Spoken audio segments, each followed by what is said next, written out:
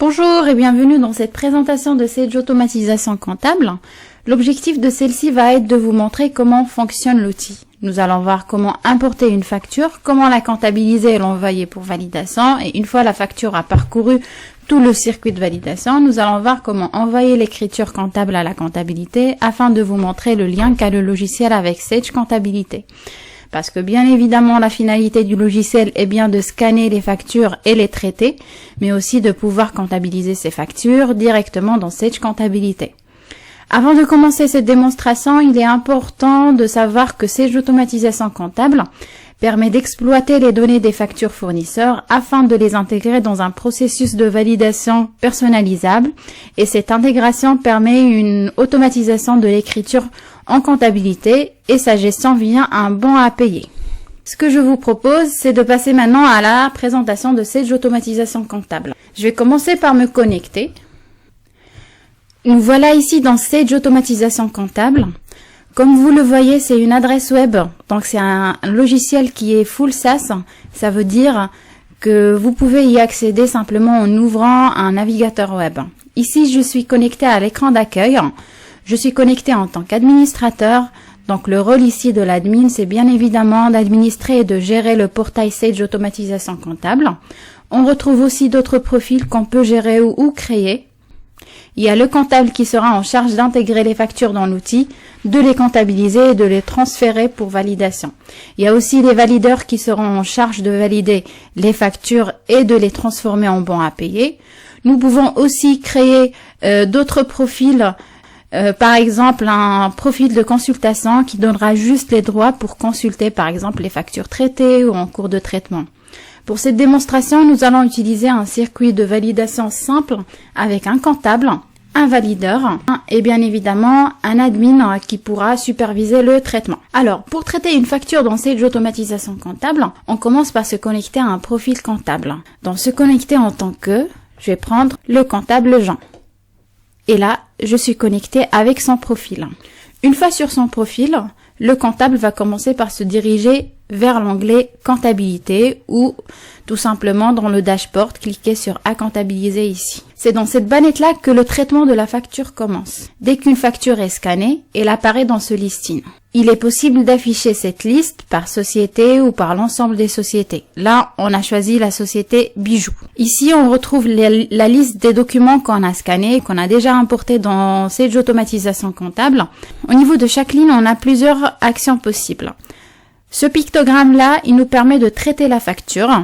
En ce qui concerne cette facture-là, on va dans Action, on a un commentaire qui a été laissé et ce pictogramme à côté, il nous dit que la réponse est toujours en attente. On peut aussi supprimer la facture si on veut. Pour ces factures qui ont été importées et qu'on retrouve dans l'onglet comptabilité, on peut voir que le logiciel a automatiquement reconnu le fournisseur et donc on retrouve son nom à ce niveau-là. Au niveau de cet onglet-là, on a d'autres actions possibles. On peut ajouter un document et c'est là où on peut importer nos factures en cliquant sur ajouter un document, en choisissant la société et en sélectionnant nos factures. Pour cette démonstration, l'importation des factures a été déjà faite. Maintenant, on peut commencer le traitement d'une facture. On va prendre le premier exemple de la facture de bio de 810 € TTC. On clique sur traiter la facture et une nouvelle fenêtre va apparaître.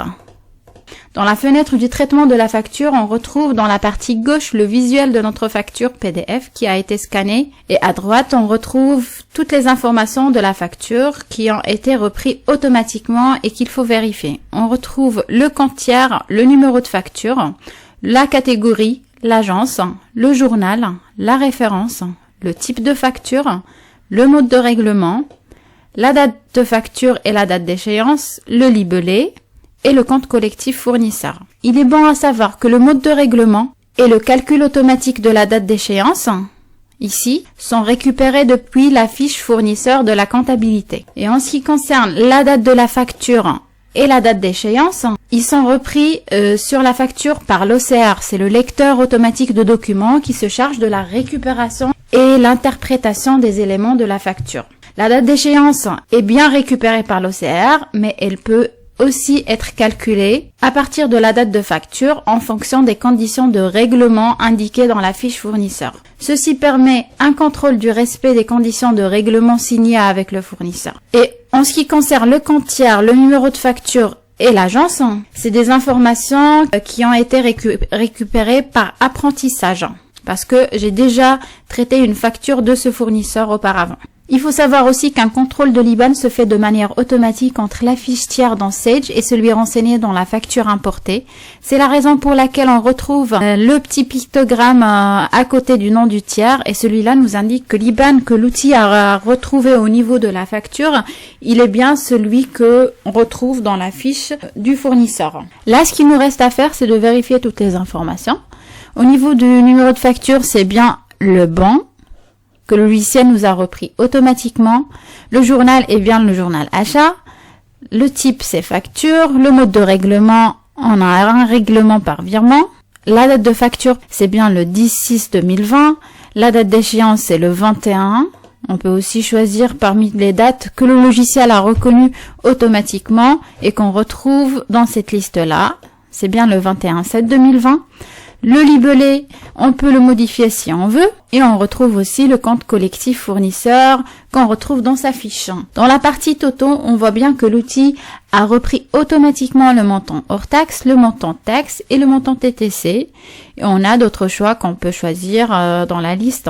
On va choisir le premier et on passera à l'imputation comptable. C'est là où on va commencer la saisie comptable. En choisissant notre compte de charge, en cliquant dessus, il y a une liste qui s'affiche. Les comptes de charge proposés ici sont le compte par défaut rattaché au fournisseur, puis les 5 derniers comptes utilisés pour ce fournisseur, puis la liste des comptes de la classe 2 et la classe 6. Pour cet exemple-là, on va choisir entretien de locaux et on peut définir le libellé qu'on veut. On va écrire entretien locaux. On peut aussi changer le libellé de taxe.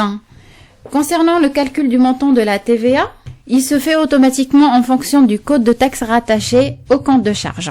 On voit bien que le logiciel a repris les bons montants.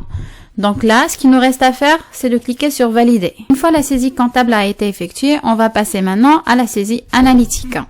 Si une grille de saisie analytique est associée au compte de charge, elle sera appliquée par défaut, ce qui est le cas dans cet exemple-là. Pour accéder à la partie analytique, il suffit de cliquer sur analytique et là, on retrouve notre ventilation. À ce niveau-là, on peut appliquer une grille analytique, on peut associer un plan analytique, on a le montant à ventiler et le montant qui reste. Si une ventilation analytique a déjà été effectuée, on peut toujours modifier les montants, supprimer les lignes ou bien définir d'autres sections d'analyse avec d'autres montants. Dans notre exemple là, je vais laisser comme il est et je vais cliquer sur enregistrer. Une fois on a vérifié toutes les informations, réalisé la saisie comptable et analytique, là on peut transférer notre facture. Le bouton transmettre permet de faire entrer la facture dans le circuit de validation. La transmission n'est possible qu'aux valideurs associés au circuit de validation. On retrouve ici la liste des valideurs. Dans notre cas, on a un seul valideur dans notre circuit de validation, c'est le valideur Alex. On a aussi d'autres actions possibles comme poser une question, rediriger vers une autre société ou mettre la facture en litige à vérifier. Pour cet exemple-là, on va transmettre notre facture au valideur 1, Alex, avec un commentaire test. Une fois la facture a été envoyée pour validation, elle disparaît automatiquement de l'onglet comptabilité au niveau du profil du comptable. Et maintenant, on va la retrouver au niveau du profil du valideur dans l'onglet validation. Et pour se connecter au profil du valideur, je vais retourner au profil d'origine. Dans se connecter en tant que, je vais saisir valideur Alex. On va bien ici au niveau de validation, on retrouve bien notre facture avec le commentaire saisi. En fait, dès qu'un document est transféré par la comptabilité, il apparaît dans la banette validation. Et chaque utilisateur ne voit que les documents qu'il doit valider. Cependant, le compte administrateur admin visualise l'ensemble des documents en attente de validation. Il est aussi possible de procéder à la validation en masse si l'utilisateur en a les droits. Il faut auparavant sélectionner l'ensemble des factures à valider en les cochant. et on clique sur validation en masse. Pour que le valideur traite la facture et la valide, il suffit de cliquer sur traiter la facture, une nouvelle fenêtre va s'ouvrir. Une fois la fenêtre du traitement est ouverte, on retrouve à gauche le visuel de notre facture et à droite on retrouve toutes les informations que le valideur peut visualiser. Il n'y a pas de modification à faire. On peut voir le récapitulatif de la facture avec toutes les informations, les montants hors taxes, montant taxes et le montant TTC, les écritures comptables, le commentaire, il peut aussi ajouter un autre commentaire. J'enregistre. Dans Action, en survolant le petit pictogramme, on peut visualiser tous les commentaires. On voit bien le commentaire du comptable et du valideur. On va retourner dans la fenêtre du traitement de la facture. Nous avons vu que le valideur, il peut voir tous les commentaires qui ont été saisis. Il peut aussi ajouter un commentaire, aussi une pièce jointe. Il peut voir aussi la traçabilité. Quand est-ce que le document a été scanné, l'enregistrement en comptabilité, et il est en attente de validation, et s'il est en litige. Il y a aussi plusieurs actions possibles. On a le bon à payer, poser une question, retourner à l'étape précédente, ou litige à vérifier. Pour notre démonstration, nous allons valider le document en cliquant sur BAP. On peut laisser un commentaire si on veut, et on clique sur Envoyer. Une fois la validation a été effectuée par le valideur, le document, il disparaît automatiquement de l'onglet validation au niveau du profil du valideur et on va le retrouver si on fait retour à votre profil d'origine. Et dans notre profil administrateur, si on clique sur bon à payer, BAP, on retrouve bien notre facture bio de 810 € TTC. On voit bien qu'on peut visionner tous les commentaires qui ont été saisis. Dans Action, on peut retourner la facture à l'étape précédente et on peut aussi visionner la facture. Ici, on a accès au récapitulatif de la facture, aux écritures comptables, les différents commentaires et on peut ajouter un commentaire aussi, les pièces jointes, la traçabilité et les litiges. Quand le document passe cette étape, Sage Automatisation Comptable fusionne sur le PDF un tampon avec la date du bon à payer. Là, ce qui nous reste à faire, c'est d'effectuer notre synchronisation afin d'envoyer notre écriture comptable à la comptabilité. Et pour effectuer la synchronisation, il suffit simplement d'ouvrir la console Sage Automatisation Comptable. Dans Accueil, choisir la société. Dans notre exemple, c'est la société Bijoux et cliquer sur Synchroniser.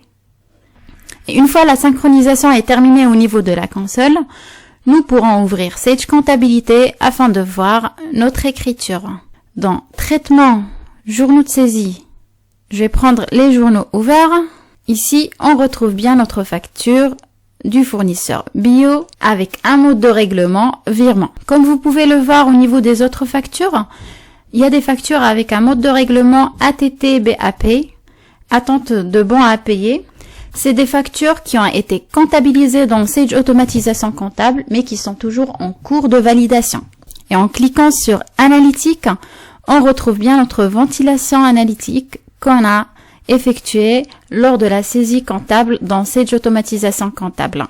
Et juste pour information, on peut visionner notre facture depuis le menu Structure, Plantière, on choisit notre fournisseur, en cliquant sur Gérer, on sélectionne notre écriture et dans Action, visionner les documents rattachés, on retrouve bien notre facture ACS avec toutes les informations.